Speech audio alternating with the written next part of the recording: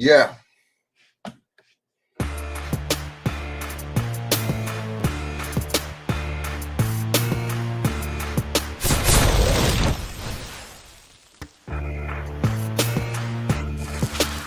Good evening, happy Friday. It's Freddy Vazquez and Basic Politics Unfiltered.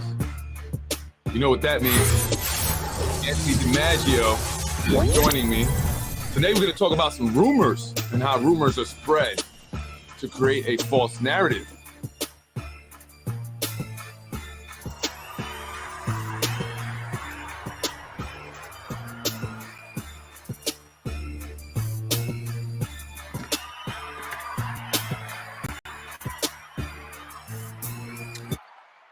Anthony, happy Friday.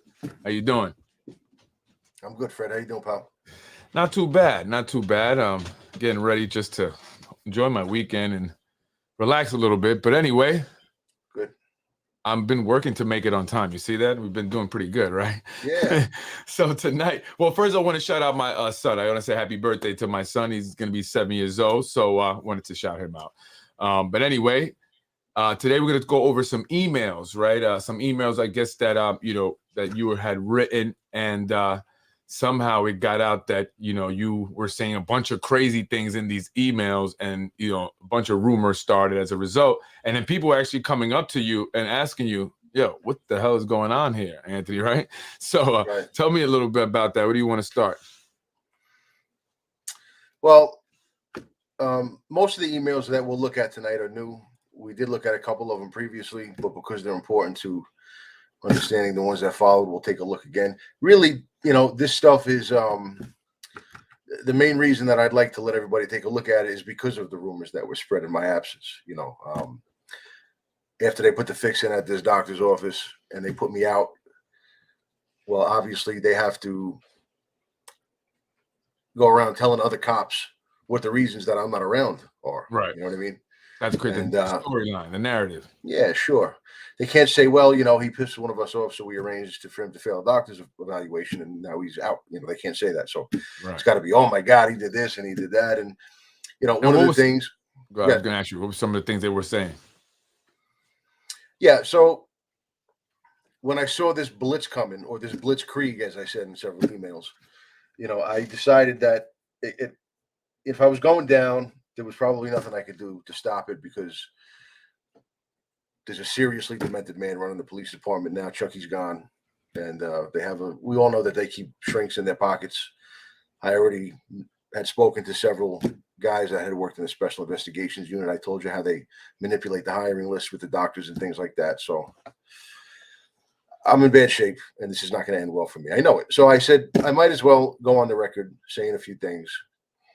Maybe they'll be stupid enough to actually use these emails against me, where I'm basically just talking about departmental corruption and what I know that they're doing to me, and some other things. So we left off with a couple of emails in the last podcast. I think we went over the series of emails from Internal Affairs where they're telling me I got to come down in relation to this incident on South Broadway, and they put the job number in the subject line of the email. So, and I think that was done basically just to give me tunnel vision, to make me think like, okay, we're only going to look at what's going on in this one incident. Meanwhile, Timmy Hodges had told me that they're going through her phone years back. Like, You talk about the mother of your child's phone. Right. So I know basically what to expect.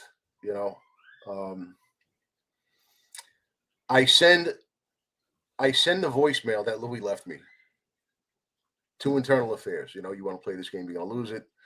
But I do it the day I get these emails from Internal Affairs saying I have to go down there. I send this email with Louis' voicemail attached, and I'm saying, okay, well, listen, he tells me, you want to play this game, you're going to lose it. Basically saying he's going to retaliate against me and all this stuff. But I send that email at like 1:20 at night or something like that in the morning, right? Right. It's in the email that I just sent. There's like 4 or 5. And why'd you send it so late? Because I had a feeling, and I was right, that what they were going to do when they got it, because I sent it to 4 people for good measure, right? Four people, all at Internal Affairs. And I had a feeling that what they were going to do was when they got it, they were going to say, holy shit, we didn't even know he could do that. And what are they going to do? They're going to get on the phone with the Fuhrer, John Mueller, and they're going to say, what do we do now? And you mean that they didn't think that you can get the audio out of the phone and email it, right? Right. I mean, you look at the emails prior, you got, well, first of all, right in the voicemail, you're saying, Louis says, keep this message and play it for whoever you want. He doesn't say, format this into an audio file and attach it to an email and send it to whoever you want. He doesn't say that. Right. So he thinks the damn thing's trapped in my phone. We've been through that already. Right. Then you got Campanini emailing me saying, I'm going to have Chiarella coordinate with you, basically like to meet up with you so he can hear it. But none of that's necessary. I'm just going to send it to you in an email. Right. So I had a feeling that when they saw it, they were going to be at a loss for what to do next. Because now, really, for the first time, they're hearing what I meant when I said in a prior email that the guy left me a threatening voicemail. They didn't know what I meant by that, what he said. So they had no clue that you actually had a voicemail with all that stuff that he said on there. I don't think so. No, I think, the file, I had texted it to Chiarella in a text message as an audio file, but other people that I had been trying to send it to weren't getting it. I think that file was damaged for some reason when I was sending it in the text messages. I don't know. Maybe it got through to him. Maybe it didn't. Or here's the thing. Even if they had heard it, they could always have denied having heard it. Now they can't do that because I just forced it into their inboxes. They have it now, and I have a record that they have it because I just sent it to them. Right. So I know that what they're going to do is they're going to call Mueller and they're going to say, the Mad Joe just forced this voicemail into the internal affairs file. What do we do now? Now we can't deny having heard Louis making a veiled threat of workplace retaliation against him. And now we're in the middle of workplace retaliation. Right. You know what I mean? So what do we do? I didn't want to give them that email.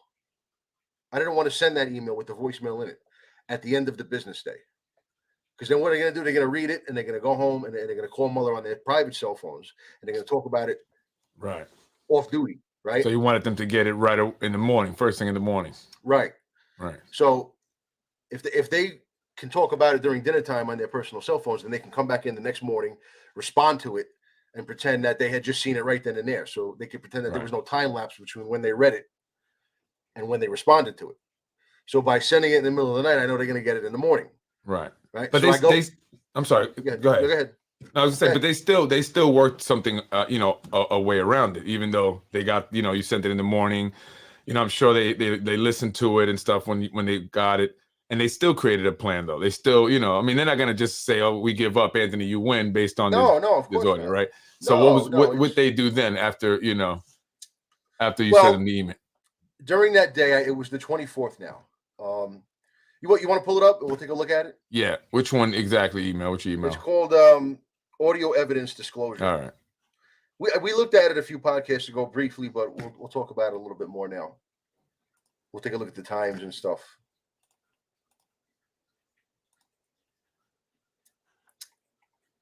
Right. So you see 1:05 a.m. highlighted there at the top. January 24th. The email notification from IED that I had to go down there, they sent me on the 23rd. Right. That's when I had texted Chiarella, hey, what's going on? You know why? I already knew, but I said, you know why I'm going down there? And all right. So you want me to read this or the email or? Yeah, sure. From the top. Detective Captain Barbado and distinguished gentlemen, prior to next week's appointment, I thought it'd be dutiful to turn over to you the only thing of evidentiary value that I have in relation to the incident about which I have been summoned for an interview.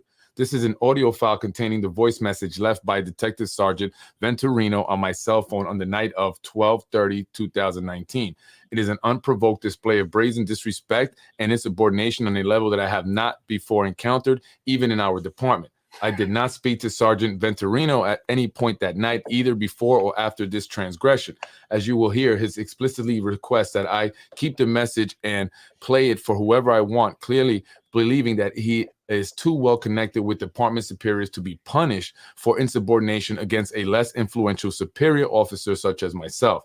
He also advises me that if you want to play this game, you're gonna lose, indicating that he will use his personal relationships with department superiors to ensure that I am retaliated against if I should dare take the matter up with those higher than him in his chain of command.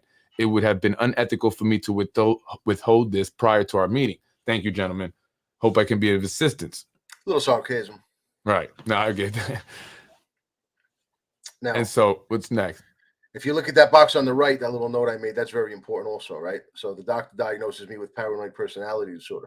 If you look in his 200-page Bates stamped file, just about all of the emails that I sent out during the situation are in there, except this one. It's Right. not in his file. He never saw it. Obviously, it was left out on purpose. Right. Because the audio, the message would clearly show that, they're out to get you, Right. So I send that out in the morning. I wake up and I go down into the precinct in the afternoon, like around noon, around lunchtime. Ironically, who's a lieutenant working?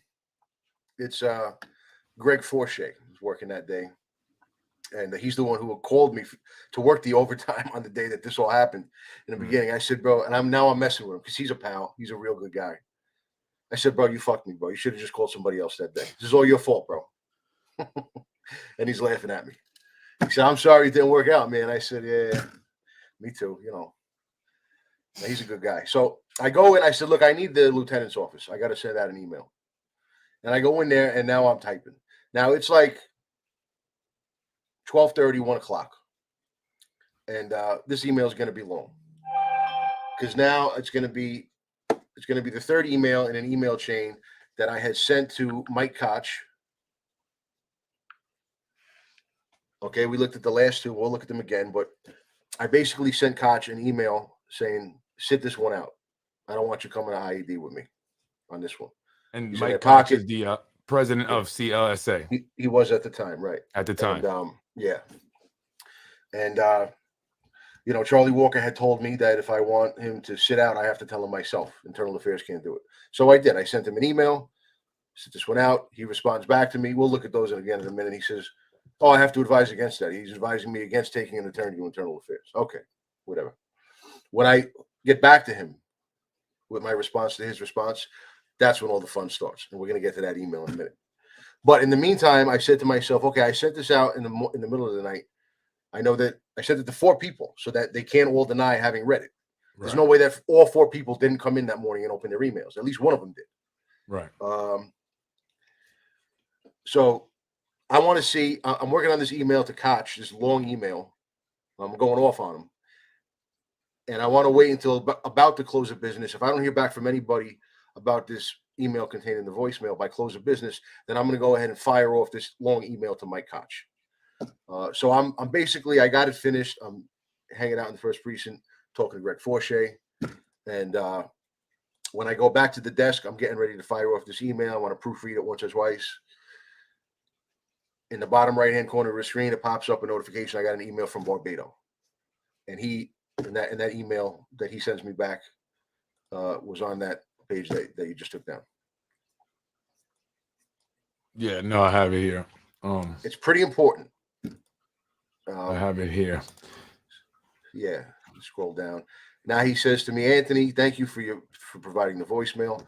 I'll be sure to have Detective Sergeant Walker make it a part of the case file and review it prior to your interview on Tuesday." Okay, now what I wrote in the box there is very important. You want to read it? Detective Captain Barbado, excuse me, eventually responds to my email as a few words as possible. He confirms that the voicemail had not been provided to Internal Affairs, reviewed by Internal Affairs, or included in the Internal Affairs case file, even though I had texted it to Detective Sergeant Venturino's boss, Detective Lieutenant Chiarella, as an audio file 2 weeks earlier.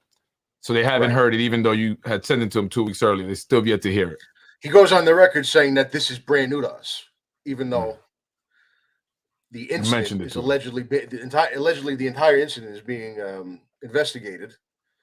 And I sent it in a text message to Venturino's boss, Chiarella, a couple of weeks earlier. Right. So, he just voluntarily tells me that Louis is immune from, internal affairs and, investigations. Okay, sure. So 15 minutes later, I fire off the email that I was preparing to Koch. And that'll be the. Go ahead. No. Okay. I was going to say, is that the long one? Yeah, you want me to put that one up? Yeah, that's the long one, right? Yeah, right. Now, this one is 3 pages long, and it's in fine print. We can read it, a lot of it, what's in it is stuff that we've already spoken about on previous podcasts. but not everything. And you'll see Well, some of the what do you references to what is gangsters it and that Nazis and shit. yeah, what is it that you wanted to get out of this email, like the stuff that you want people to see here that you, because I know that they got stuff out of this email. They started to say that you were, you I guess trying to create the story that you're crazy, right? And that you're saying some crazy things in this email. Yeah, I guess I really just want everybody to be able to read it. So, I guess they could do it on their own. If you just scroll down through it like slowly, maybe they could pause it and read it at their own pace. So just want to let people read it because, again, one of the big excuses that they were going around giving people as to why I allegedly failed this ridiculous evaluation, which was no evaluation at all, was all these crazy emails I had sent out with Nazi symbols in them. I ran into one guy at a birthday party. We're drinking beers. He goes, "What's with these emails you sent out?" I said, "Yeah, what about them?" And he goes, "Like, bro, I heard they're wild, cursing at people and threatening people and talking smack about people, right? There's Nazi symbols." I said, "Well, first of all, what do you mean Nazi symbols? You know about swastikas? Somebody told you about that I was drawing swastikas on department emails?" Yeah, I'm like, bro. And now this is a guy who had like 25 years on the job. I said, "Bro, how long you been around, bro?" I said, And "You got more than 20. You got more than 20 years, right?" He goes, "Yeah." I said, "What the fuck is wrong? You're supposed to know better.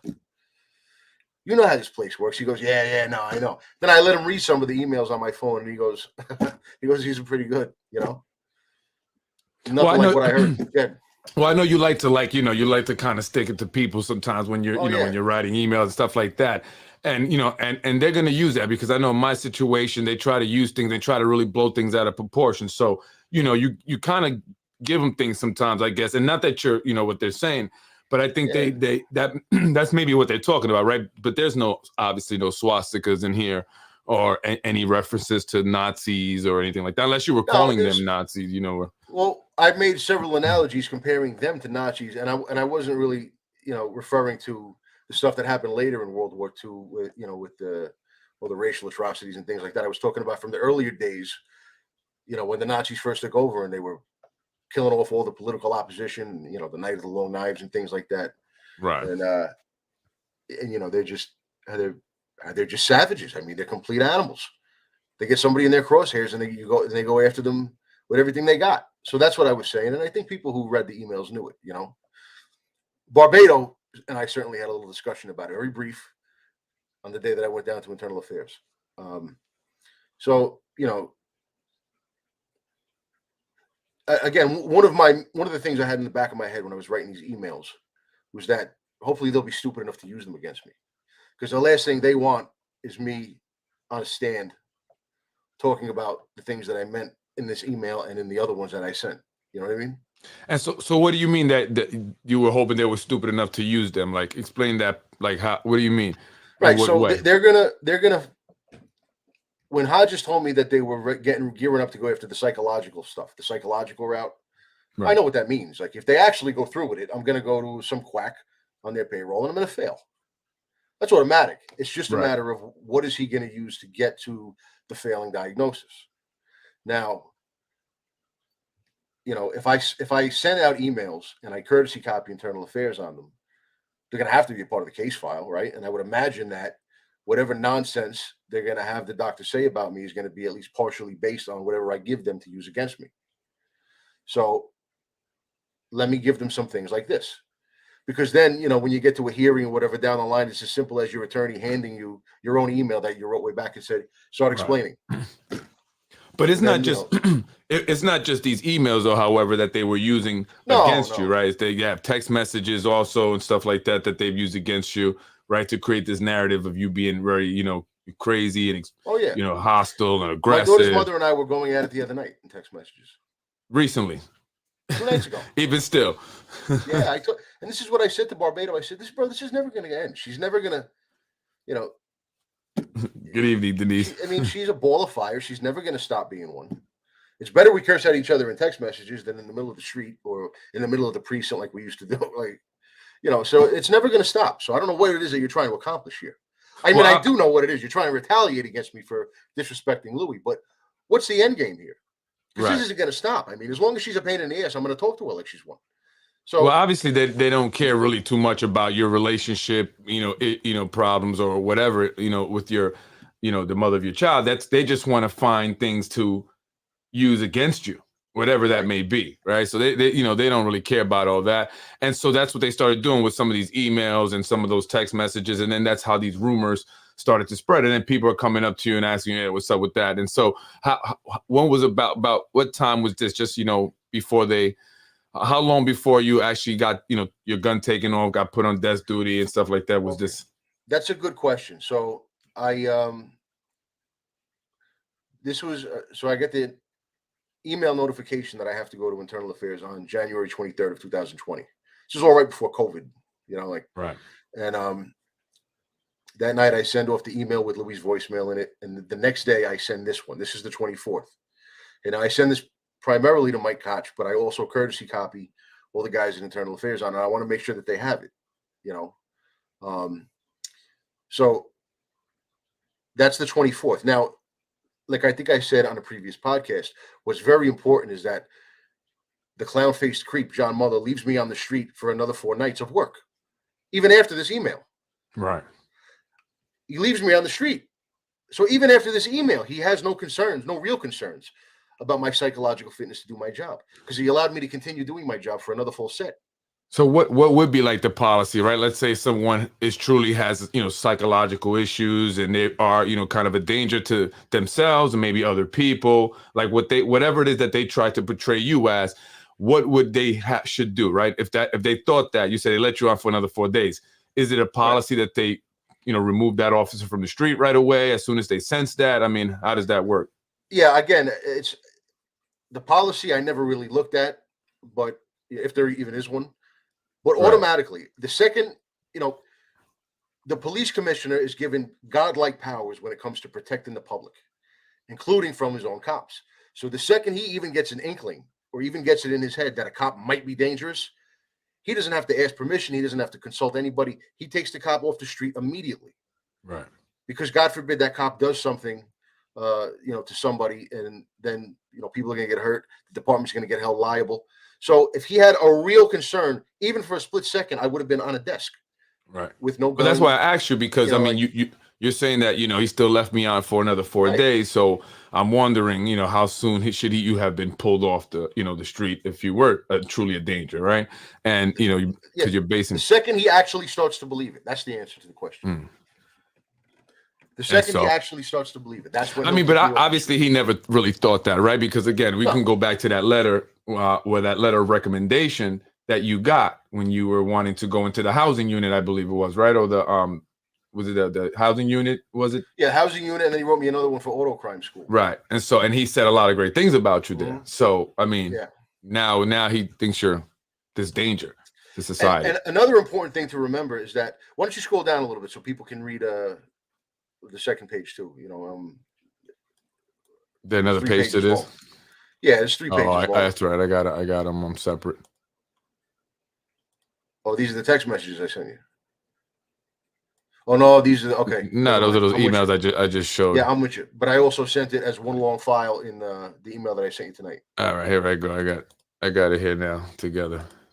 There you go. The second page is second page here. Has some good stuff on it, right? So another important thing to remember during this whole situation is that she and I have been fighting like cats and dogs basically since we first started dating. We've had blowouts in the precinct as younger cops. Other cops used to laugh. They used to go grab the little booklet of domestic incident forms and sit there and act like they were filling one out. Well, I mean, I don't know if that's funny, I mean, I guess it's funny with you guys, but I don't know if the people hearing this might be like, because there are people that have these. It might sound odd to them because they don't know us. But to the people who do, they know it's not serious. It looks serious. It looks fiery and extremely combative. And there have been times where it was. And have you guys ever had any someone, a commanding officer say anything to the two of you about the relationship and maybe how you guys were at the workplace? No, but people knew about it. Obviously, I once had a conversation with a union rep. This was back in 2014. We'll talk about that, but and actually later she would end up being one of the the people from the Special Investigations Unit who went up to her house the day that Mueller had her faking all of this, fear and concern and filing a family offense petition at the family court in Dutchess County. And, she was that night and back in 2014, she was telling me, don't go back to her. She's going to get you in a lot of trouble one day. Yeah. Well, affairs of the heart are complicated, right? Yep.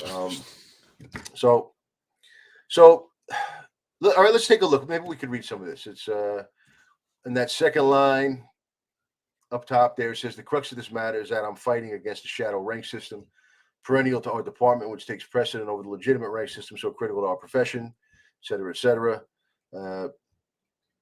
That I outrank Venturino in the legitimate rank system is plain enough. Please consider the following as evidence that it is he who outranks me in the far more relevant shadow rank system. Right? And this is where I start laying out, look, you idiots, you guys hit reply to all, and I got a copy of that email where you're basically announcing to all of cyberspace that Internal Affairs wants nothing to do with Louis' voicemail. Okay, that's what I say in number 1 right there. Okay. Then underline there, you see one of my favorite terms. Oh yeah, right? So you call him a made guy. So this is far from surprising for 2 reasons. The first reason is that Lou Venturino is a made guy, quote unquote, as many of the newer patrol bosses refer to him. Oh, so he's been called a made guy by people, right?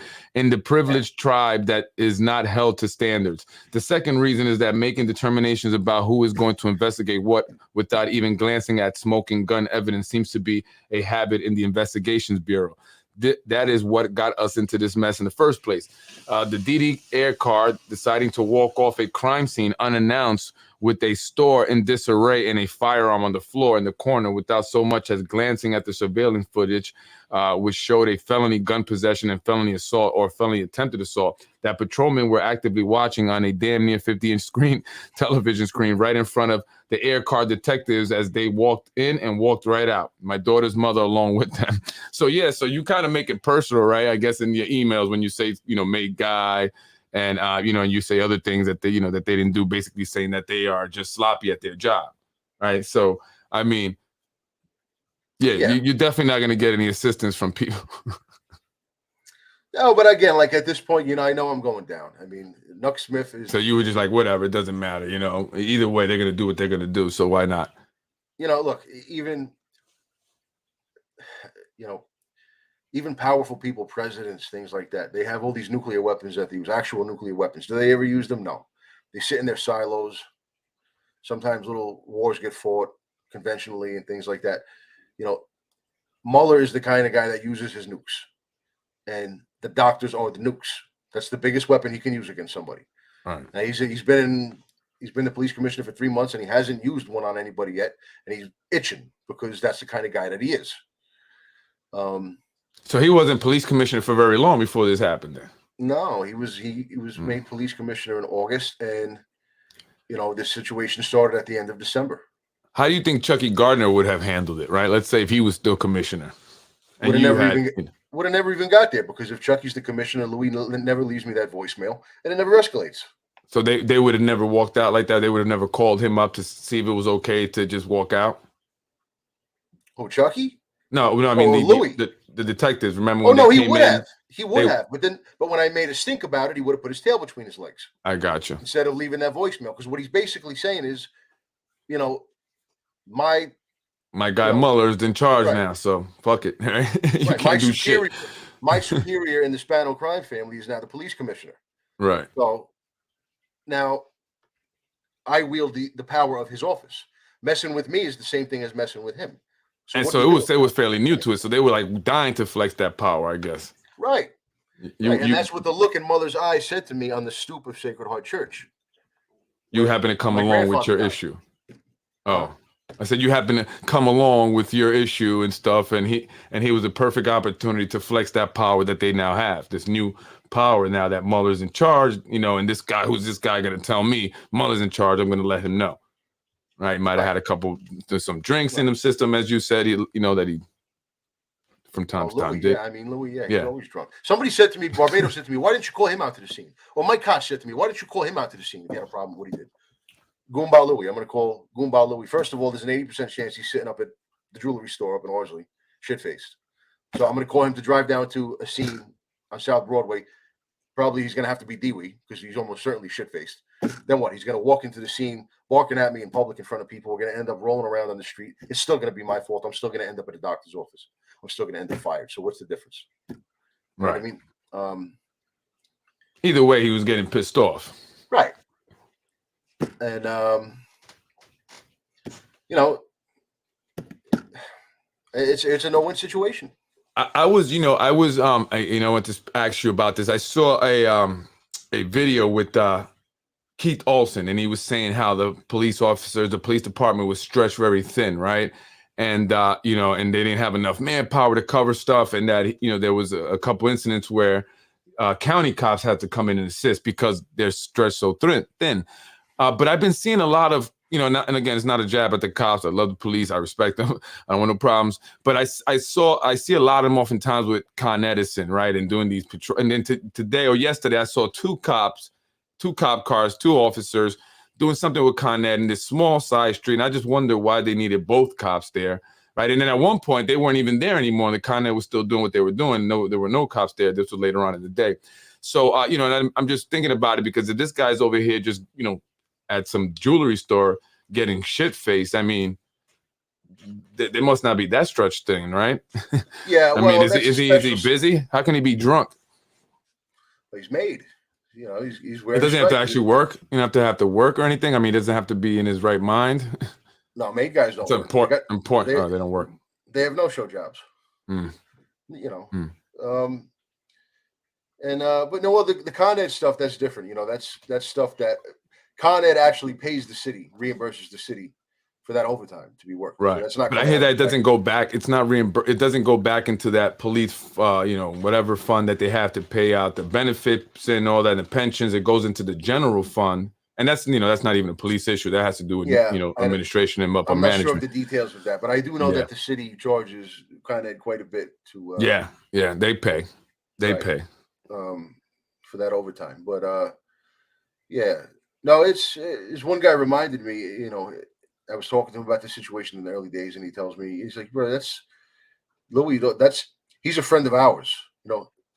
You're a friend of mine. Like remember Donnie Brasco? You remember that scene?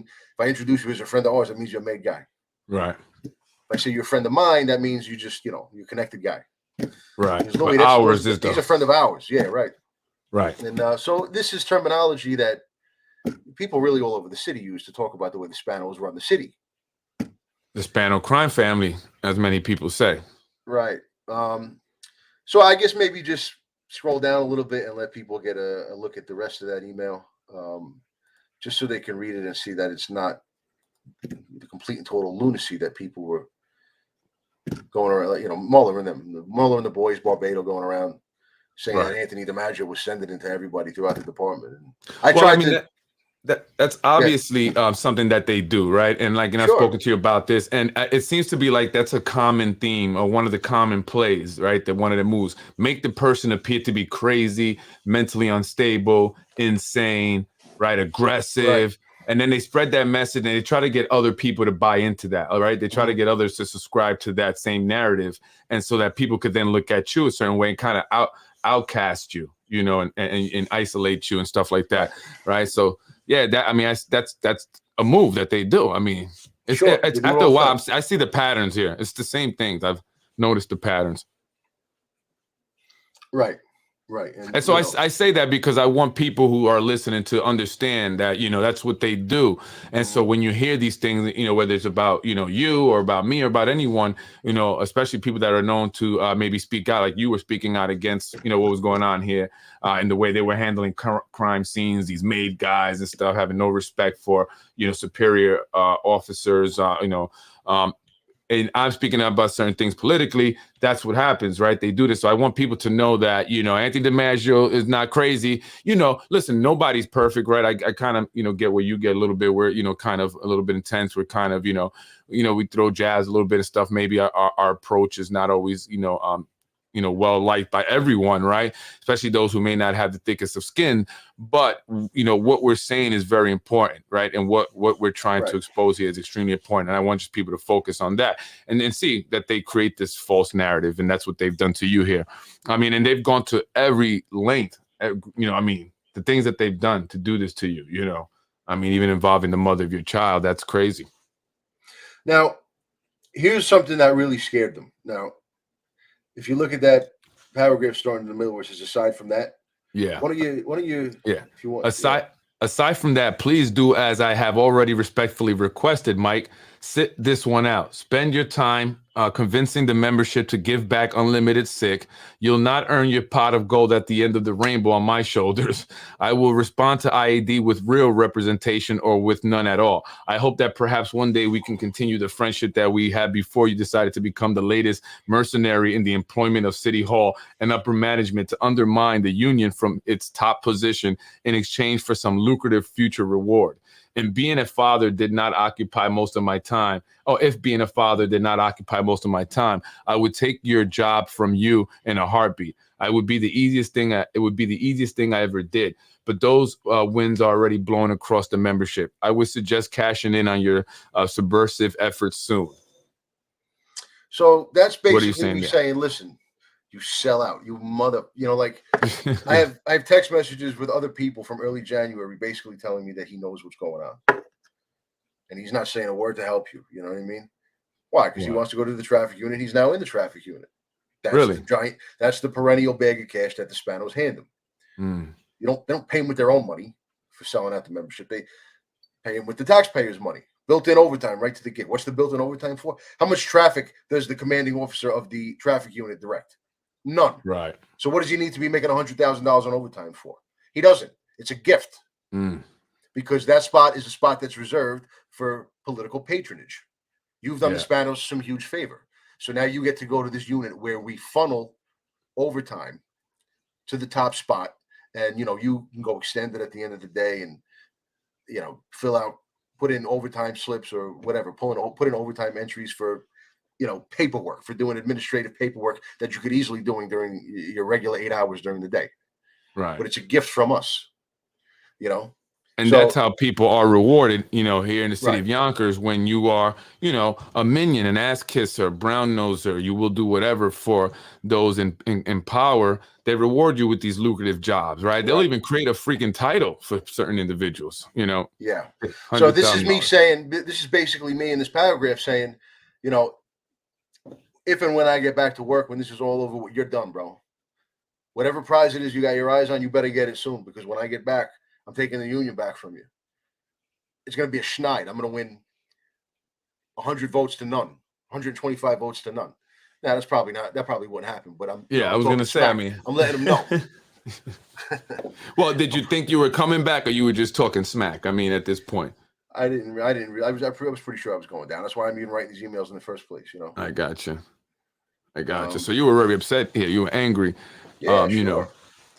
And this is my union president. How is it that? So wait a minute. You've known about this for at least 3.5 weeks, and you didn't pick up the phone once. Now you think I'm going to go down to internal affairs with you? Yeah, I mean, look? I've been recently talking about connecting. I've been doing like podcasts. I've been calling them connecting the dots, and I've been, John Rubel, I recently did, but I've been connecting it all back to empire strategic planning, right? As I say, all dots, like they say, all roads, all dots lead back to Nick Spano and empire strategic planning. Well, believe it or not, folks, this is no different. Even though this is a situation with you.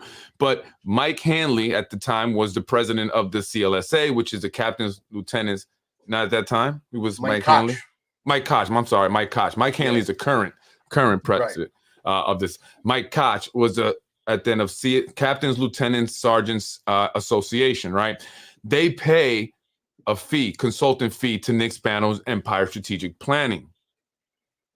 They pretty much are, controlled by Nick Spano's Empire Strategic Planning. Right.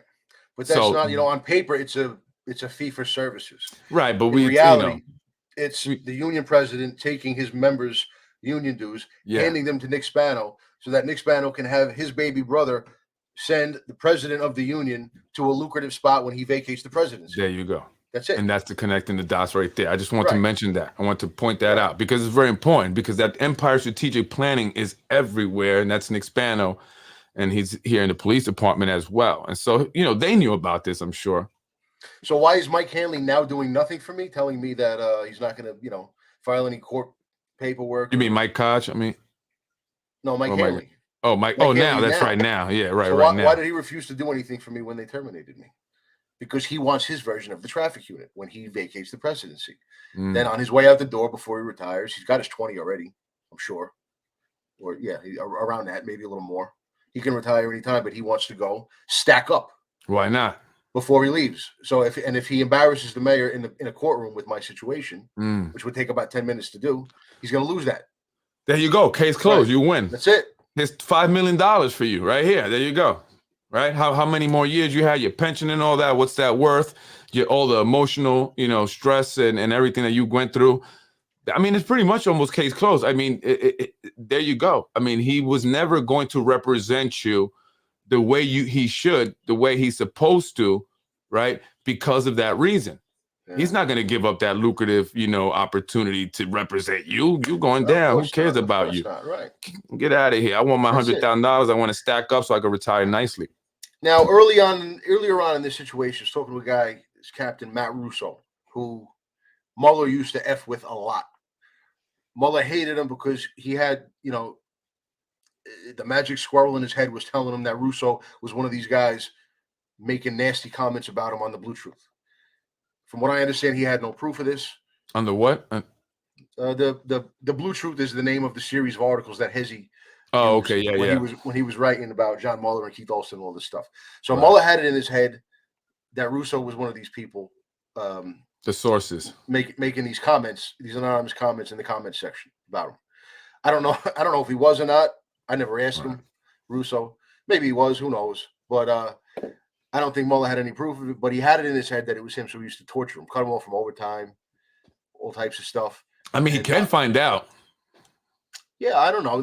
And he might have found out. There's rumors that they were illegally looking up IP addresses for who made the comments and things like that. Well, he can just easily contact the individuals that run that site because, I mean, Well, now we know who runs. This was years ago. This was different. Yeah. This was a lot of years ago, going back. That's true. I guess when he was doing that, yeah, he wasn't doing. And so I was talking to Russo, and Russo goes, "They can't fire you." He goes, "If they failed you, and they recommended counseling, it doesn't matter what you did. It really doesn't. Okay, if the recommendation is counseling, they have to send you for counseling. Right. They can't just wait around for you to sign an agreement and then fire you." So that's what I remember. We got that anonymous email or that email from a name. Oh, Freddy, see if you can foil all his documents and his reports and everything, because he wants you to see like as if that wasn't anonymous. That was Vinny Spano. No. You said it was a different name, and I told you that's Mueller. Remember? No, I just didn't want to tell you it was Vinny Spano. Oh God! So now I don't care, John. No, I forgot about that actually though. But now I don't care. Now I'm putting out whatever because the guy did what he did. Yeah, so he wanted me to foil that stuff. Actually, I put a text out there of it. Actually, he's telling me who to foil. He's giving me the other deputy clerk's email to foil. He thinks I'm going to hide things. I'm not going to hide things. We're dragging it out, Vin. That's all. Oh, he didn't like you at all. He hated you. And I asked him. I said, "Hey, you want me to stop doing that?" I want to see what he said, but he didn't say that. He just said, "Well, I just don't like the guy's line." He's always telling me. He's the one that told me that your brother-in-law. He was the main. He told me the brother-in-law comment and all that stuff. Yeah, that's what they do. And like I said to Howard was getting at me about this. I said, "Bro, I'm 6'3", 250, trained martial arts growing up. I'm not the ultimate fighter, but I know a little bit. My brother-in-law's in the same boat. He's even bigger than I am. He's, an inch taller than me. He's lost weight recently, but we're probably about the same weight. He did martial arts growing up. So what? He smacked me and what? I just stood there shaking? Like, if either one of us would have put our hands on the other, there would have been a rumble that left holes in houses throughout the neighborhood. That's what Vinny said. He said he wanted me to bring it up on the podcast, and I didn't. I didn't bring it up right away, but I did mention it. But he wanted me to when he told me about it, I didn't mention it to you. Not in the podcast anyway. I didn't mention it. But he said, "Yeah, what Vinny ask him about Vinny. He got smacked by his brother-in-law." You know what Vinny should do? Vinny should bring it up on the podcast. Vinny should bring his punk ass on the podcast. Or, No, he wouldn't you do know, that. Act, I think. yeah, if he can't do that as the city clerk, there's some excuse about, oh, I'm a government official. I can't take part in this nonsense. He's got plenty of minions out there who can, and they'll come on and they can say whatever dirt he wants them to say. He could feed it right through them. Well, he was trying to do it through me. That's what he was doing. So he thought he can do that. That's. And he thought he can give me some information. You're the host. You can't. I mean, he wanted me to ask you about that. Yeah, it's nonsense. What happened was. I mean, we talked about it, but he wanted me to ask. He said, you should ask him about this. He goes, it's entirely unrelated to what's going on with me. It was entirely unrelated. He wanted me to foil the text messages also. No. Yeah, we're going to go through that stuff. I got the internal affairs reports. Yeah. Well, I told him that, though. I said a lot of that stuff, I think he's already showing it or showing it. So I didn't get why. We're going to talk. I'm going to show Vin, relax if you're watching. We're going to go through the report, bro. We're going to go through all 7 pages of the report. Who does that? Right. What cop out there fails a psychological evaluation and then shows the whole world the report? I'm going to do that. Why does he have it out for you like that? Why is he so, He's worried. What's he going to do after he's the city clerk? You going to go get a job at McDonald's? I mean, like, what's he going to do? Who's going to hook him up with a job when his brother's no longer the mayor? So he's worried that this story getting out is going to hurt his brother's chances of getting a 4th term. Well, that's what the 4th term is all about. Right. Well, that's why they attacked my date can did what they did with CPS, where he did that, according to a good source, allegedly a good source, he and some individuals, because I was speaking about the 4th term, and they want that 4th term because they want to stay in office. They want to get their pension, right? Because like you said, what are they going to do? Right. Vinny couldn't get elected. What other experience they have? What other, experience? What other, it's just politics. Real quick, we'll go through a couple of more emails, but let me just clear that up. What happened? We had a blowout one night at my sister's house, right? It was a block party. Happens every year. There's a couple of Yonkers cops there too, good guys. Then afterwards, we were sitting. My brother-in-law, my sister just had their whole backyard done. I hooked them up with my guy from up in Dutchess County. He came in, put pavers all over the place, built a nice rock wall. Whole big nice backyard, and we had a fire going in the back. Now, my sense of humor is ruthless. I grew up with guys who would clown you to the point that you were suicidal. Yeah, so I grew up like that. Yeah, I know about it. I grew up like that. Plus, too. Police culture is horrible. Like, they're absolutely ruthless. Like, there was a period. A lot of the people watching, a lot of the cops will laugh. They clowned one captain because he had kind of a big square head. I really like the guy. I'm not going to say his name. Everyone knows what I'm talking about. They used to call him Frankenstein. They used to put "Hello Friend" stickers all over, everywhere. The precinct. They had a blow-up doll in the locker room. It was a giant life-size, and he used to let it get to him. Yeah. And I knew his son, and I used to tell him, tell him to start acting like he doesn't even know what's going on.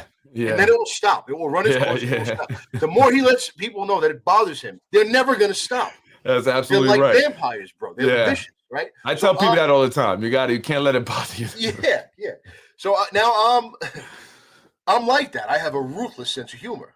My brother-in-law doesn't, and I didn't know this. So I started ragging on him, and he got fucking mad. He got real mad to the point where he was screaming at me, "You motherfucker!" Then he started bringing up this situation, and everyone was drunk. I didn't take it, I didn't take it to the butthole. I didn't take any offense to it. But it didn't initially happen because of this situation, no, right? Because, absolutely not. And for people who may not know, your sister works for the police department. She works for the city.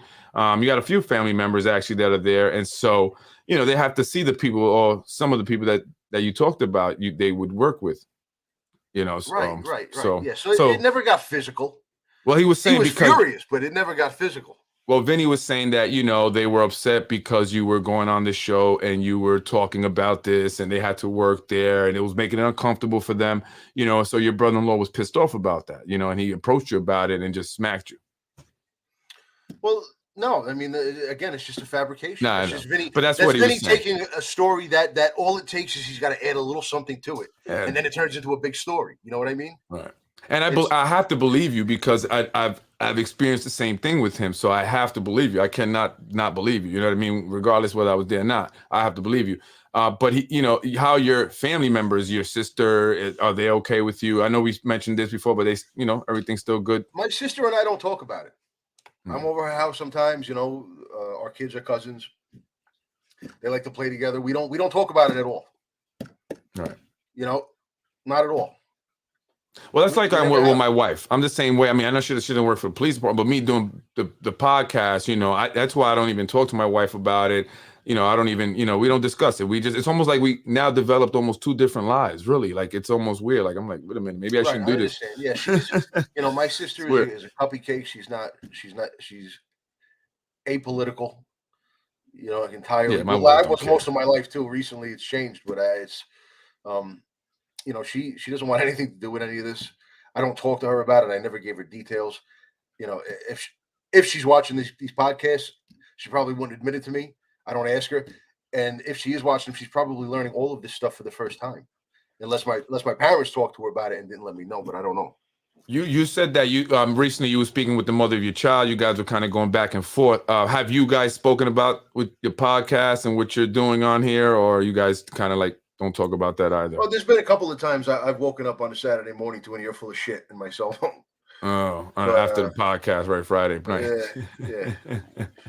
But that's all right. I mean, what are you gonna do? Yeah, has she mentioned it that have people, said anything to her, at work or anything, or anyone, messing with her? I don't know, but over she had made a couple of comments, which indicated basically telling me that she does watch. Yeah, they do. A lot of people watch, believe it or not, even though you wouldn't think that they watch. I know Vinny Spano watched, and I caught him on his fake account because he literally texted me after the show. He said, "Yeah, I was watching it. It was one of the times you came on." So he was definitely interested in watching that. Bro, you texted you while we were still on, and you said, "Hold on a second, I'm gonna text." Oh you. yes, you're right. I forgot. Yeah, he did actually. Yeah, he didn't tell me it was him, but was that? I know a few people have texted me. I told me afterwards. You told me. Oh, afterwards. okay. Yeah, a few people. I probably forgot, but yeah, he may have. I know he has. I believe. He was trying to say that I was lying about how the CLSA is controlled by the. Yes. And I was even texting him. I said, "Well, what do you want me to say?" Right? I was going to say, "What do you want me to say?"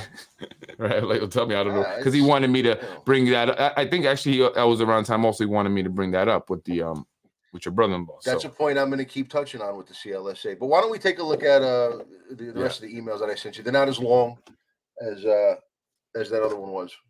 Which one you want to go to? And again, just to let the cops see them. IED next week. That one. That's the one that we looked at already. Training day issue. Yeah. Okay. Bring that one up. Let's take a look at the date, and I'll tell you what that was all about. This one was basically just me having a little fun because I noticed a potential problem that the morons who run the department didn't pick up on. Okay, so this is January 25th, right? 10:33 p.m. So again, this is during that 4-day set during which Mueller, if he had all these concerns about my psychological stability, should have taken me off the street, but he never did. So now here I am. I'm already know I'm going to IED. I had already fired off that long email to Mike Koch. Now the next night I'm sitting in the radio room because I was deployed there. Mueller hadn't taken my guns and put me there yet. I was just deployed there because the radio room lieutenant had taken off that night and there was an extra patrol lieutenant.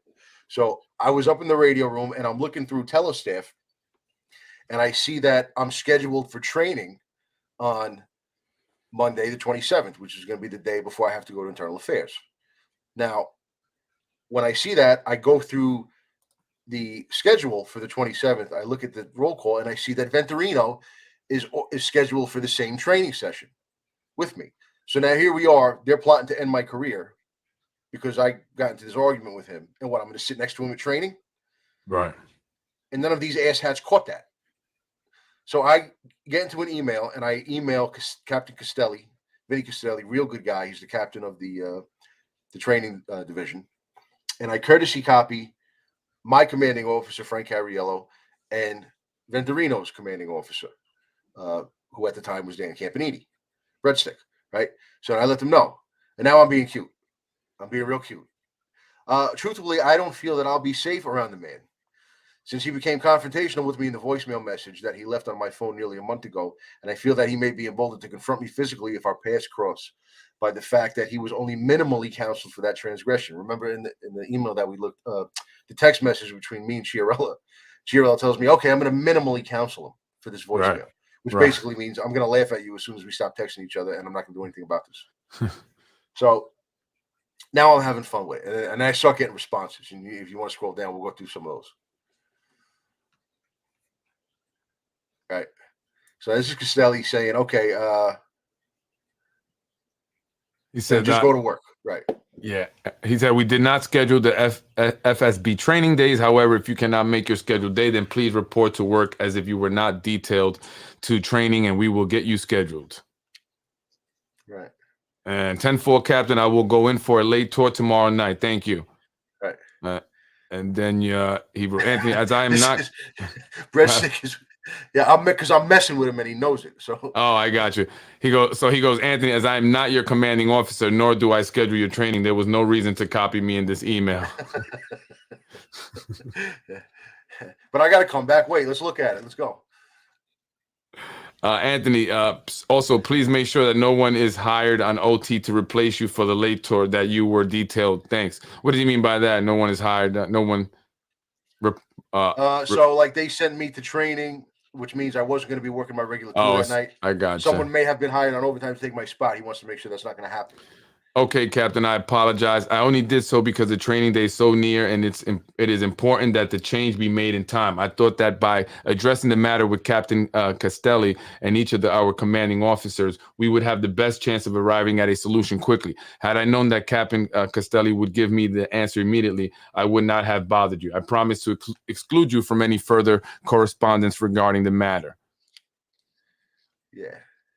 Anthony, the scheduling of the training is handled by the FSB office and the precinct exec. There is no reason to be including other personnel in this email. Any schedule right. That's Cariello. Any scheduling alterations are made through those official channels. And then this is to Paul Rice. Yeah, Paul Rice at the time, I believe, was he was a captain by then. He wasn't still a lieutenant. And he, third floor guy. Not really sure what his title was at the time. He's a real good guy. He's a chief now. Or Dean, I'm thinking it was either Orgero or Palatopoulos. And this basically, Cariello saying, yeah, he's right. They shouldn't be at training together. So let's reschedule the Maggio's training day. All right. And he goes, Captain, I will remove Anthony from tomorrow's in-service training and will notify the training division of the same. Right. Lieutenant Dean. Yeah, right. And then to Dean, this is Frank Cariello, Paul Rice just said agreed. No, that's Hodges said agreed. Oh, agreed. Tim Hodges saying agreed to Dean. Yeah, because I had courtesy copied him too. So now I'm having fun with Cariello. I'm being sarcastic, and I'm having fun with it because I'm just trying to stay calm. I know I'm going down, and I'm trying to break some balls before I go out, basically. So I apologize, sir. I did not know who to consult about the issue, and as I did not notice the powder keg until the 11th hour, I thought it prudent to notify both our commanding officers as well as the training unit commanding officer because I knew that at least one of you guys would be able and willing to fix the problem quickly. You did, so thank you, sir. I also sent Captain Barbado a courtesy copy because the incident had been assigned to IAD to investigate, or at least a portion of it has, and I thought it only ethical to include IAD in every single detail of the matter going forward. Captain Campanini has also responded and expressed some displeasure that he had been courtesy copied. I did not realize that it is frowned upon to be thorough and transparent, but we'll consider this before making future communications. Respectfully, Lieutenant Anthony DiMaggio. Respectfully. That's an automatic signature. Right. So, that's that. I don't know if there are any more in that email chain. No, that was it. And, the quack who writes the report will later go on to say he's been writing emails and he misspells everybody's name. Right? He writes all these people that I've been sending emails to. He misspells all their names, most of their names. Didn't speak about the emails once during the interview with him, which lasted 25 minutes. The quack. And I tried to bring up the emails. He wouldn't go near them. So which is there? Where did it go? Yeah. So then there's another one that I sent out the same night to Pappas, who's the I think he may still be again the commanding officer of the communications division, basically the captain of the radio room, and he would be the guy who could access the radio transmissions from that night on South Broadway.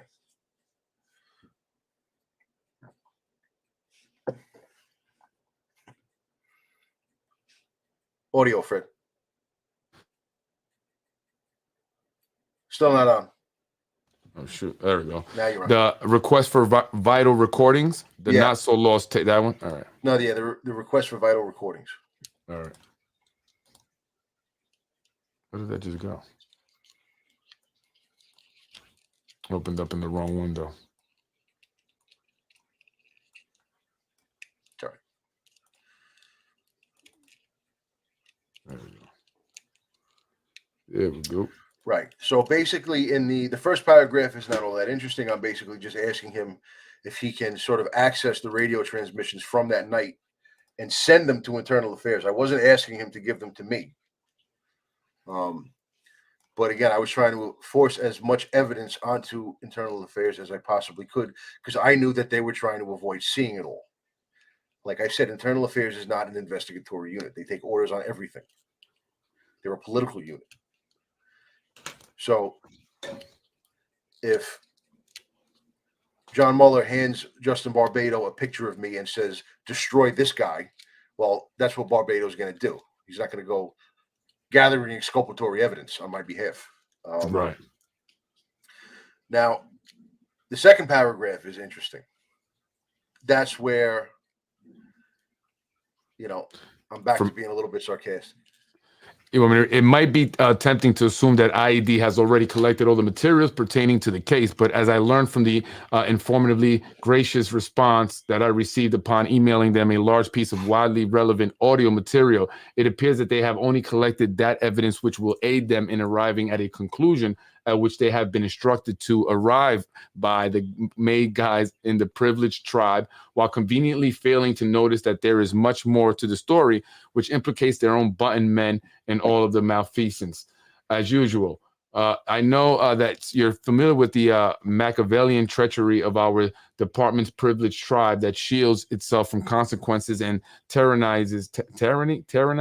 You're familiar with the plebeians, the plebeians and the patricians from ancient Rome? The plebeians were like the poorer people. By colluding and aligning cunningly and angling cunningly in the shadows, but sunlight in the best disinfectant, and the shadows are shrinking beneath them. Should I read that over? So, go ahead. Yeah. So what I'm saying is, those are terms that are used a lot in political debates. You never heard them? So sunlight is the best disinfectant, meaning exposing things is the best way to clean them up. Like Donald Trump, you mean? Did you say that? He says, I don't know, it's just something about so the COVID. I know Bill Maher, the liberal guy on HBO, he likes to use that term a lot. Sunlight is the best disinfectant. You want something to stop, you want something to go away, expose it. Right. That's what that means. And I say the shadows are shrinking beneath them, meaning that they like to operate in the shadows. They like to avoid the sunlight because that's how they get away with all this treachery. But the shadows are shrinking beneath them, meaning like the sunlight is coming. Right. That's, you know what I mean? So they're slowly I'm being a little bit ominous and a little sarcastic, and I'm having fun with it. Right. I will be going down there to defend myself without the president of the CLS, who ostensibly represents the membership, but is owned by management and City Hall, Empire Strategic Planning, and compensated handsomely for doing their bidding. He showed his hand during another matter at IAD some months ago. The vice president of the union is likewise unwelcome to sit at my side during the interview, although the IAD exec might have to sit next to me if there is no room for him on the investigator's side of the table in the small, stuffy room. Now, what do you mean by that? Right. So that was a pop at Ralph Carrozza. Right now, he is the commanding officer of the Special Investigations Unit. Major Spano hand job extraordinaire. I mean, this guy is like the mayor's puppy dog. Not really a bad guy in his own right. He's just like, that's like a lot of people. On the second podcast that we did, I referred to Justin Barbado as a cowardly pipsqueak. I should walk that back a little bit because compared to Ralph Carosa, Justin Barbados like Iron Man. Like Carosa really is a cowardly pipsqueak. At the time, Spano had him serving as both the executive lieutenant of the Internal Affairs Division and the vice president of the CLSA. So he's the second in command down at the unit that investigates cops and supervisors. Yet he's the vice president of the union that represents supervisors. Conflict of interest, right? I mean, Spano doesn't even try to hide this stuff. They don't try to hide a lot of things. I mean, so what I'm saying in that comment is, I'm not taking my vice president down there.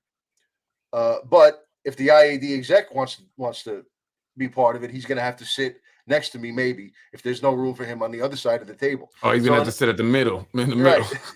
So basically, depending on which hat he's wearing that day, he can sit on either side of the table. Is he coming after me? Is he investigating me? Or is he representing me? Well, most likely it was not representing you. Right. No, of course not. The only thing that I will have on my side is all the evidence that they are trying to keep buried and that I am working tirelessly to procure.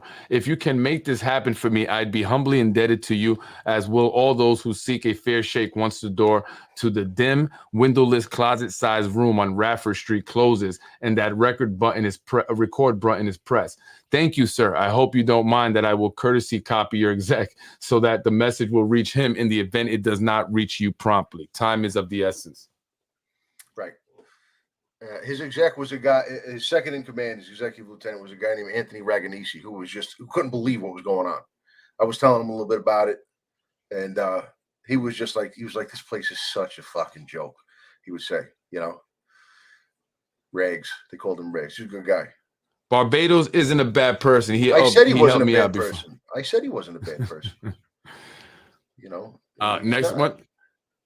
Lieutenant. Okay, now this is Pappas getting back to me, saying that he spoke to, Sapienza at the time was the deputy chief of the Support Services Bureau, which is the bureau that umbrellas the communications division, the radio room, where Pappas was the captain. And he says, basically, I ran it by the chief, and the chief said, no, you're not to be given any audio recordings. Meanwhile, I wasn't asking for them. I was asking them to send them down to IED. Right. So now Pappas was a pal, and he certainly went through his own nonsense with Mueller. He may have some things still ongoing with Mueller, from what I've heard. But so I get back to him. You can read that if you want. I understood, Cap. Thank you for the attempt. I know that you would have provided them if it were your decision. I did not want a copy for myself. I just wanted IAD to be provided with them and to have listened to them beforehand, because if they did so, they will have most of the answers that they ostensibly want from me. Am I saying that right? Ostensibly, meaning ostensibly, allegedly, right. My recent experience with IAD has been that they turn away from exculpatory evidence like Medusa's face. So I have been trying to sew their eyelids open. You know who Medusa was, don't you? Yeah. That's why I laugh. I'm like, you just say, thankfully the Third Reich, the third floor, does not have control of the video footage or authority over the people who do. So I have procured that, uploaded it to the shared drive, and provided IED with the treasure map to find it. Wish me luck walking the plank tomorrow. Thanks again. So yeah. I would like to see their faces when they read this, right? Like what they say afterward. So I'm having a little fun with it. Exculpatory. I don't know. Yeah, exculpatory. What I know what I just. Sometimes I just with these words. Go ahead. Yeah. So like in a criminal trial. Audio, Fred. No, I'm not saying it. My audio's on. No, I wasn't saying anything. I'm listening. All right. So in a criminal trial, the prosecution is not allowed to withhold evidence that makes you look like that. It tends to prove the innocence of the accused. Right. They come across a piece of evidence that tends to prove your innocence. They have to hand that over to the defense. They can't hide it. Internal Affairs doesn't do that. Well, they're supposed to. Right. Yeah. So now this is where all these rumors about Nazi symbols and shit. I refer to them as the Third Reich. Well, you mentioned that a lot. You mentioned like the Gestapo, right, and the Third Reich and stuff. Yeah, So those are just analogies. right, I'm comparing these totalitarian asshats the black to the shirts, Third right, Reich. Right. But somehow, that turned into me drawing swastikas on department emails. right. And Well, they're all gonna these try to other things. derive it's kind of like trying to create a lie from some of the truth, right? In a way, right? I mean, you're not saying stuff like swastikas and stuff, but you are mentioning Third Reich, so it's It's the kind of same thing. It's the same thing when my brother-in-law, us drinking together, he gets mad at me for breaking his balls. That turns into he slapped me. right, It's the same thing. You know what I right. mean? It's escalate. Make the Expanding on rumor the worse than the truth. reality. Right. Yeah. Yeah. Um. So that's it So right there. There's nothing yeah, after that. yeah. And then on the night before, I see when I went to internal affairs on January 28th on the morning. They made it at 6:30 in the morning, right? Wow, And really? yeah, 6:30 in the morning, something like that. Jeez. And They're trying to catch you all off and tired and shit. So you can mess up. Well, I was going to say I went straight from the late tour. I went to work at 10 o'clock. That was the last day that I worked, okay, in uniform. Now, again, I can't say it enough times. If the guy had real concerns about me, I should have never been on the street. Right. But I leave patrol. I work the street that night. I go into internal affairs that morning. Well, I was going to say that. I was going to say, I mean, it's kind of like he already knew when you were going to not stop working, right? That's why he didn't pull you off right away, because he knew once you went to IED that that was going to be your last day probably in uniform. Whatever it was that he was planning on doing with me, I think he called an audible when I walked in with an attorney, and we'll get to that next episode. But I think that, whatever it was that he was planning on doing to me, he didn't have to worry about making it look real because he thought that I was going to use Mike Koch's representation. You know what I mean? If I control your lawyer, right, I can do whatever I want to you. I don't have to make it look real. I don't have to worry about the setup that I crossed the T's and dotted the I's to make it all look real. Right. But now when I walk in with an attorney, that's when, he must have overlooked the fact that if he wanted to bring my psychological fitness to do my job into question, he's supposed to take me off the street. He overlooked that. So maybe they were just planning when you went to that. Well, the initial thought, right, was that when he goes to that, you would be with Mike Koch, and they were going to get you to sign that letter or whatever, the document there, and then it'd be done. I'm not sure they were even looking to put me out entirely while I was with Mike Koch. That's a payroll scam. That's a scam. Like I said, get you off of the payroll, right? Take the wind out of your attorney sales, and get your attorney to start looking for greener pastures. Right.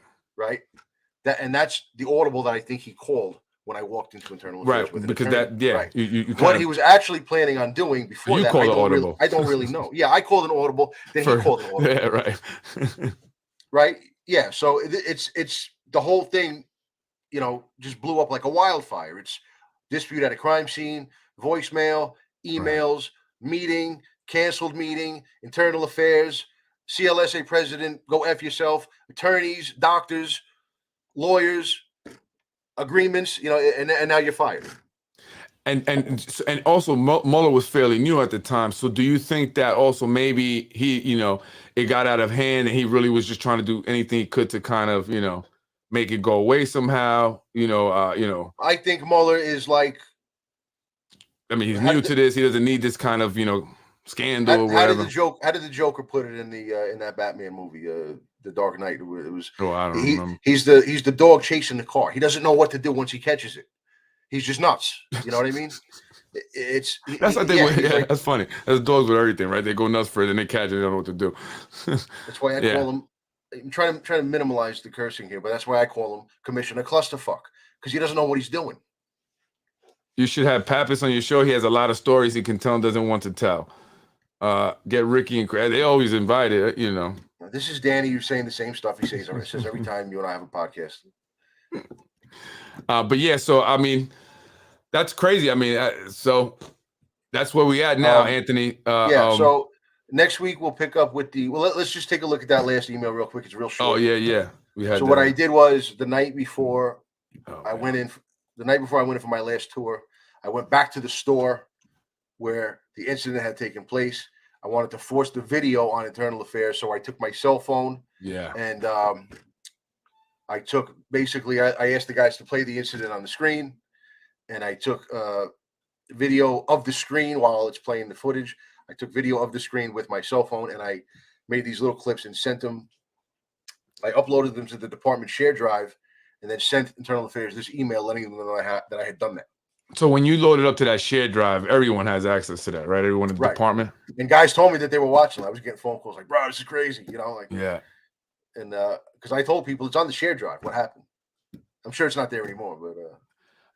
It's to Captain Barbado and distinguished gentlemen. I've taken the time to collect the video footage from 517 South Broadway in relation to the incident in question, as I am uncertain whether or not the effort has already been made to collect it, review it, and include it in the case file. If not, you now have the option to do 1, 2, or all 3, or none of those things. I transferred them from my department cell phone to the computer in the patrol lieutenant office in the 1st precinct. Then I attempted to attach them to emails to send them to you directly, but each one of them was too large for that. So I uploaded them into the YPD shared folder for your convenience.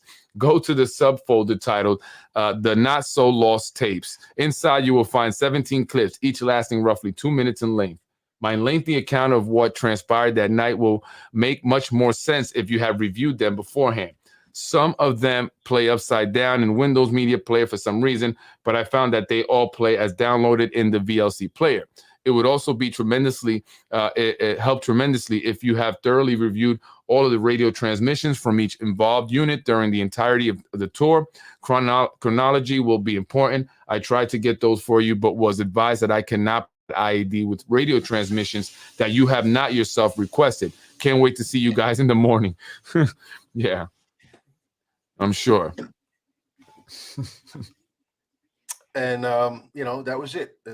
A few hours later, I would meet my attorney at the Broadway Diner, had some coffee. I told him what was going on, gave him the rundown, and then we were off to Radford Street around the corner.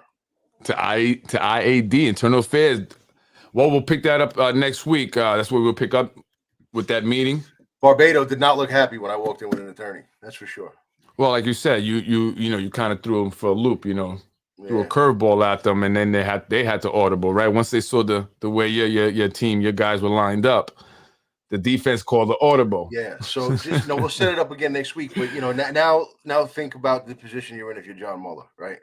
You set all this up. You didn't even know that your buddy made this veiled threat of workplace retaliation in a voicemail, right? Now DiMaggio has emailed to you that voicemail, letting you know that he can basically prove very easily that this is all bullshit. Now he's letting you know that he has an email showing that Internal Affairs wanted nothing to do with Louis' part of this. Okay, so what's going on here couldn't be more obvious. Now he's walking in with an attorney. What's about to happen to John Mueller? Yeah, and he's fairly new to the job. And he's a one-strike loser already. He's already got a documented history of this with the Montero case. How bad is he about to look if several months into his tenure he's getting sued again for the same thing? Right? How big of an idiot is Mike Spallon going to look like for having appointed him? And that's why when Mike Spallon, I believe, he called win, he had to go along with it. Right, exactly. This is catastrophic for from my politics.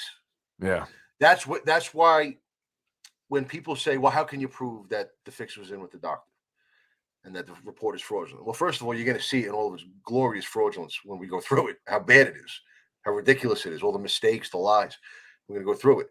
But even aside from that, just the desperation, how necessary it was for them to get a failing report so that they can misuse Article 72 of the Civil Service Law. They got to get me off the payroll. It's an absolute, it's a political desperation move. You know what I mean? Right. That's how you prove it. The desperate necessity, and then the way that they use the report once they got it. Okay. You're not supposed to take a failing report that recommends counseling and then just sit there and hold it, and hold my career hostage. Right. And then hit the stop clock on the hourglass on Article 73 1 year. And it's basically like agreement or termination. That's not what the psychological stuff is for. It's, if someone goes to a psychological evaluation and legitimately fails, usually what they'll do is they'll put him on the desk and start him at whatever counseling he's got to go to. There are guys going through it right now that I know of. But that wasn't the design here. The design is get him failed quick, and then use the civil service law to start trying to leverage an agreement, and it's cute. Like it says in some of the emails, and I'll show you the emails between the attorneys too. We're gonna go through some of those, and they actually call it a settlement agreement. And I'm thinking to myself, settlement agreement. What are we settling? Is somebody getting sued here? Right. What's being settled? That's the language that they use, I guess, for this agreement stuff. So that's really what they wanted to do. They really wanted to keep this under wraps, hush, hush, especially when Mike Spano, knew about it for political reasons. Mueller was fucking up. He already had one strike, and that's why he didn't last very long. Yeah, I mean, he was, after, like I said, after my situation, after they got wind of it, they were like, Jagoff, what the hell are you doing? And they want to give him something nice over MTA, maybe go over there, just get up out of Yonkers. The conventional wisdom is they pushed him off on the MTA to get rid of him. Yeah. Because they were not happy with crime on the Spano waterfront. Plus the guy's used a time bomb. He's gonna self-detonate at some point. So let him be elsewhere when it happens. You know what I mean? Well, it was a poor decision from beginning with the Montero lawsuit. It said it all there in the lawsuit, and the mayor knew about this. Everyone who made the decision to go with him, which would be Mike Spano, but others knew about it. Let me try to get in touch with Ray. Maybe we, if I'll ask for permission, I'm sure he'll give it. Maybe we could spend a podcast going through that because it's all over the internet. Yeah. Let's do it. Well, Anthony, thank you for joining me, folks. That's Anthony DiMaggio again, former lieutenant, 15-year police veteran, Yonkers Police Department, telling about his story, which is very important because it ties into a lot of what's happening here with political corruption. And I'm glad that you're telling your story. I have my story. Others have their story, and we're kind of pulling it all together and seeing just how corrupt Yonkers is. And no one's immune from it, right? I mean, you're a Yonkers police lieutenant, and you were, impacted by it. So, whether you're fireman, police officer, definitely the DPW guys, because the way they treat you guys over there, man, you guys should all be pissed off. They got away with so much for so long, right? And the reason was, and I was telling this to somebody today, think about how close Yonkers is to New York City. So any real journalistic talent, right, since the beginning of time, has just gravitated down to New York City because that's where all the big stories are and stuff. You know what I mean? Yeah. It's the media center of the world. So and everyone just uses it as a stepping stone, I guess, right? So I mean, there's the shadows are Yonkers is in the shadows. These politicians have been doing things without any real sunlight on them for a long, long time. And the Spanos aren't used to this. They aren't used to a guy named Freddy Vazquez doing a podcast and having a guest that they recently knocked the shit out of administratively on the show to talk about it.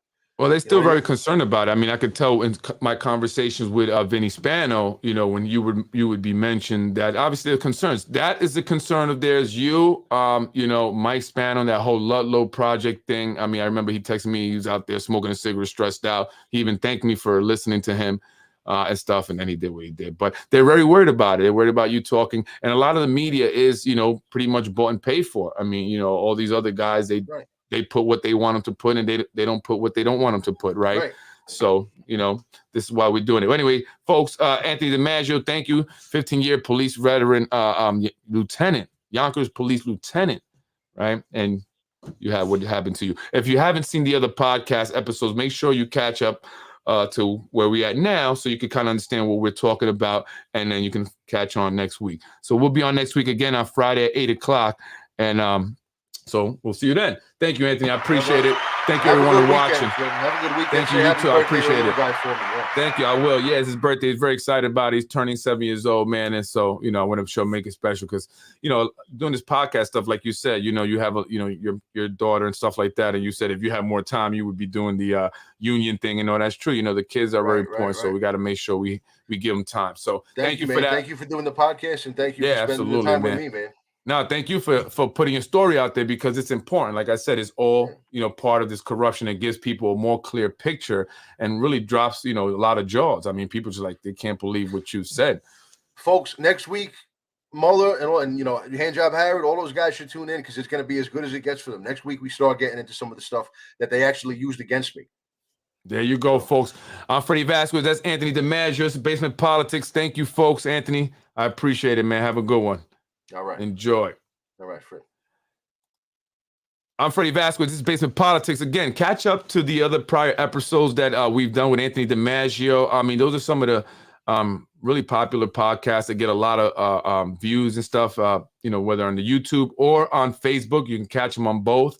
I know some people don't have Facebook accounts, so you can watch it on YouTube. And also, if you haven't followed Basement Politics on Instagram, make sure you do, because again, I put videos on there that I may not always put on Facebook. Most of the videos on there, actually, I have not put on Facebook. So there's some new content stuff there. I edit some of the videos there, to create kind of, cool little videos, just informing you folks of what's happening here in the city of Yonkers. What's so important about that Ludlow area, Ludlow Park? Why are they giving so much attention to it? I mean, county legislators, congressmen, city council members, the mayor, all doing press conferences after press conference over in the Ludlow Park area. What's up with the water treatment, the water sewage treatment plant? It's been there forever. Why is it a problem all of a sudden? How did the city find $10 million just to deal with the water treatment plant there? But our schools are in much need. I'm Freddy Vazquez. We'll be talking about that next. Ludlow project, the Ludlow area. Everyone's interested in that. Everybody, all kinds of politicians, Mike Cater and his lawsuit, everybody, including the FBI. Oh, no, that's not it. Why is the FBI interested in the Ludlow area? Yeah, folks, I'm telling you the truth, because I don't lie. Not like you know, lie. I mess with people, they be phony and fake. I don't mess with you. Much, but I can't, because I keep it real.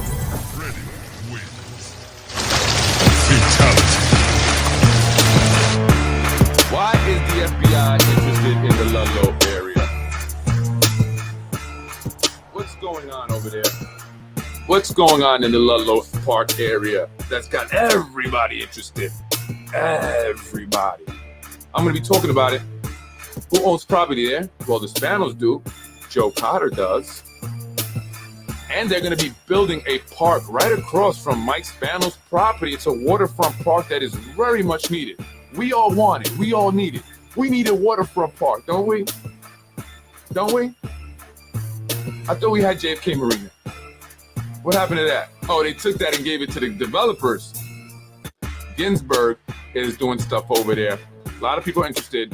132 Fernbrook, owned by Spanos. 130 Fernbrook is owned by Joe Cotter.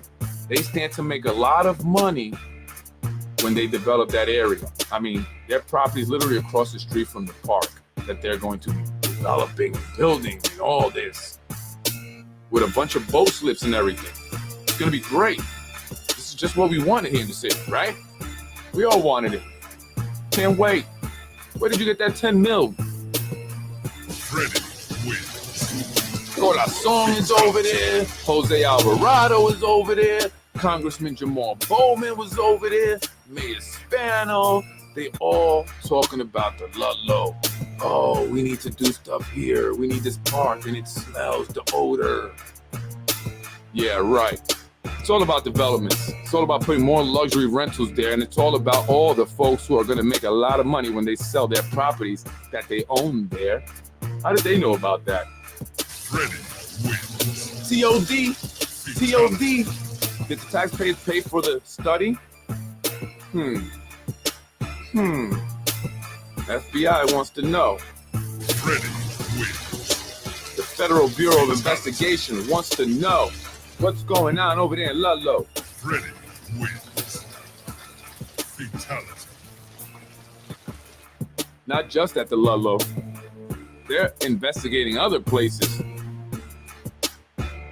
Yeah, other departments.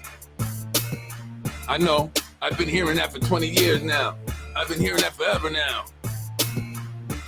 Folks, all good things must come to an end. Sometimes things get too much and too obvious, and it just has to come crumbling down. I mean, you could only do it for so long. Another 4 years was a stretch. Who forced you to do that, Mike? Another 4 years?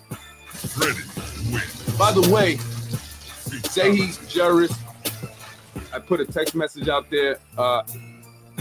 He was going to call Bianca. Did he call Bianca to have her cancel my grand opening? Zahi. Freddy wins. Why does a man that's been convicted of political corruption have access to the mayor, the mayor's aide, Bianca, Sam Borelli. How? Why he is hanging out with me? Why is he and Benny friends? And why are they talking about the fourth term and the mayor running for another term back in August? Freddy wins. Fatality. Folks, there's so much corruption, it's unbelievable. You're watching Basement Politics with my dad, Freddy Vazquez. You're watching Basement Politics with my dad, Freddy Vazquez. Happy birthday, E. Freddy wins. Our boy Ethan's gonna be 7 years old, folks, so I am going to enjoy my weekend with the family. The one that they try to destroy. CPS calling ass, city clerk ass. If I was a POS like that, imagine what I would have said to CPS. Freddy wins. I mean, I got these videos. Fatality. By the way, Rurose, I'm coming for you. I am coming for you. Freddy. Are you going to commit perjury, or are you going to tell the truth, Rurose? Are you going to commit perjury, or are you going to tell the truth? I'm coming for you and your son.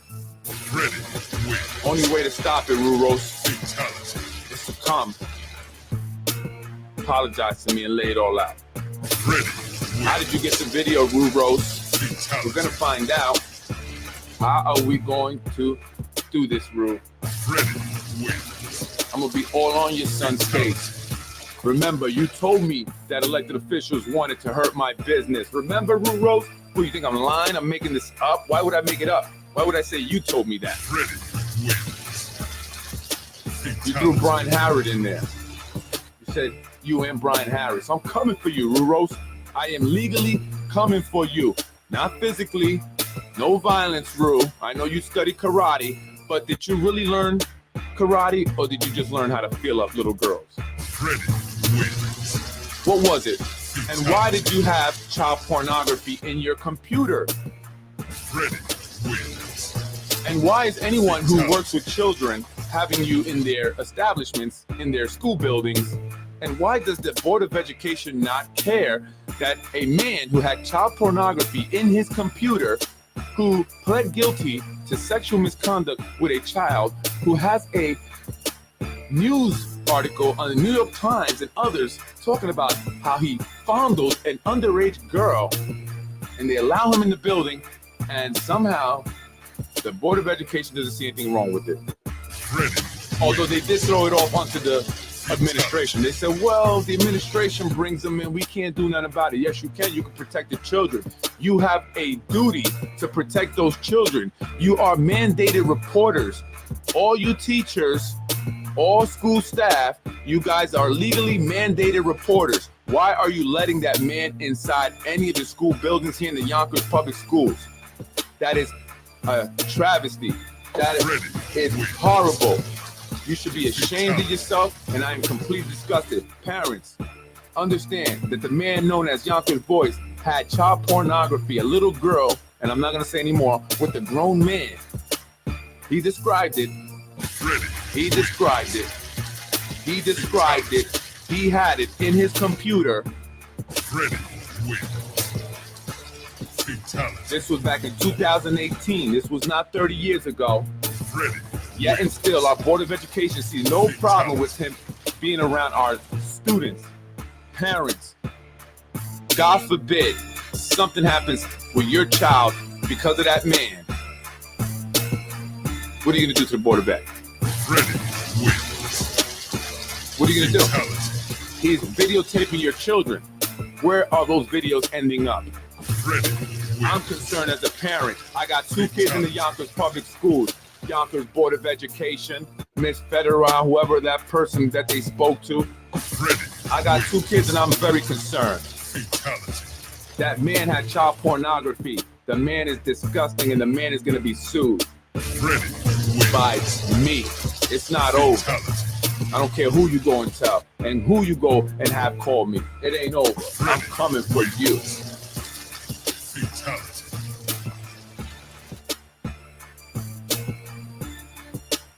In another one, Mr. Rumo lied to me. And I don't vote for a person that lied to me. Thank you very much. I want to end this quick because I'm greedy and I want somebody want a chicken. So thank you. Tasha Diaz, the majority leader, she's one of them that is close to this child pedophile who had child pornography, and I will post the police report again in his computer. All I'm going to say is that in the video, the child pornography that he had little girls with grown men performing sexual acts. He had this in his computer in 2018. This is on record. So why is the Yonkers Board of Education allowing him in the schools? Everyone in that building are mandated reporters. That is a danger, a clear and present danger to our kids in the schools and to any kid, anyone associating with him, bringing him around kids. You should be ashamed of yourself. And I'm going to continue to blow him up because what you did to my business, along with Vinny Spano, allegedly, from a good source, reliable source, who has gone on record, you tried to destroy my business. You put that video out. You created a false narrative, a lie, and you knew it because you didn't put the police report on there where people could read it, because they would have totally made you out to be a liar. And so you're going to pay for that. I promise you that. And your son is going to be the karma for everything you've done. We'll see what happens with his career. Will Mike Spano allow him to continue as a police officer, or will he be benched forever for beating up a fireman in White Plains with his friend? They had to tase the kid. Your son had to be tased because he's like his father. Freddy wins. Fatality. I have no remorse for either one of you. May karma do what it do. Freddy wins. Fatality. Little child toucher. Disgusting. And then you're gonna sit there and try to accuse me of beating up a woman, you child toucher. Freddy wins. Disgusting child toucher. Your wife shouldn't be. Freddy wins. For what you did to my wife, and for what you said about my wife, and what you did to my business, you child toucher. Freddy wins. Go ahead, get your attorney. You're gonna need him. Freddy wins. Better tell Vinny Spano to up your ad fee, because you're gonna need it. Freddy. Tell Vinny Spano I need more than $75 per ad, Vinny, because you got me in a lawsuit, Vinny. Freddy wins. Fatality. You told me I was protected, Vinny. You guys told me to do this. Freddy. You told me to go and write this article so it could hurt his business. You guys are gonna pay for my attorney? Are they gonna pay for your attorney, Rue? Freddy wins. But I'm taking you all the way Freddy for what you did. Not just to my business, but what you did to my wife. Freddy. Because any other situation, any other circumstance, I would have been seen you already. Freddy wins. But I'm Freddy Vazquez, and this is Basement Politics, and people know who I am now. So I cannot even blow at you, blow any wind at you, because I will get arrested for that, or you will accuse me of coming to do something to you. Like when I pulled over on Ashburn, and you said that I went and knocked on your door, you lying scumbag. Yeah, you're a lying pedophile scumbag. Freddy wins. Fatality. And you're done. And I'm coming for you. Freddy wins. You messed with the wrong one. You better give up, Vinny Spano. Freddy wins. You better give up the Fatality. people who gave you, who the cops that gave you the video. Huh, Rose? Freddy. Who were the police officers that gave it to you? Fatality. With their last name Spano? Freddy wins. We know all about it. We got somebody that went on record. Freddy wins. I'm coming for you. Fatality. You should have just let me do my damn daycare center and not try to push my shit and make it, destroy it, right? While trying to help out those other people. Freddy. And you thought that was funny, Kenyatta? That email? Freddy. Thought that was funny sending me an email on Friday, Kenyatta? The Condoleezza Rice. You the Condoleezza Rice of Yonkers? I was raised in housing. I don't think you were. The Condoleezza, the Condi Rice that's lying about her address. Freddy wins. Is that where you really live or what? Fatality. Freddy Or was that the other one's friend that's lying about her address?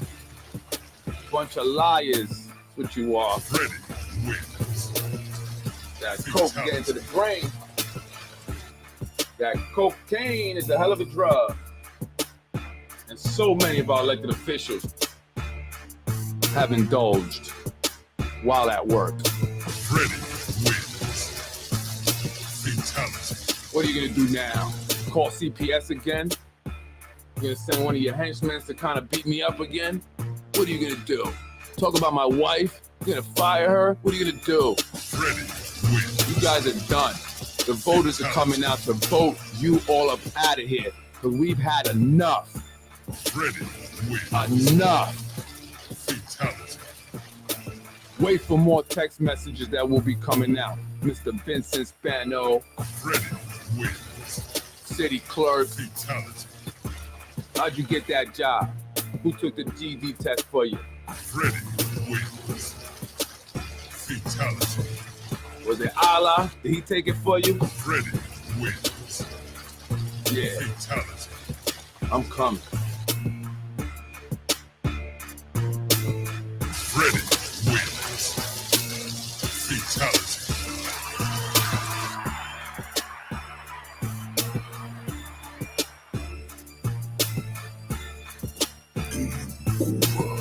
No! Don't let that pedophile in any of the public schools. I'm gonna file a lawsuit against the Board of Education for putting our children in danger. Freddy wins. Let's just start suing the shit out of these people.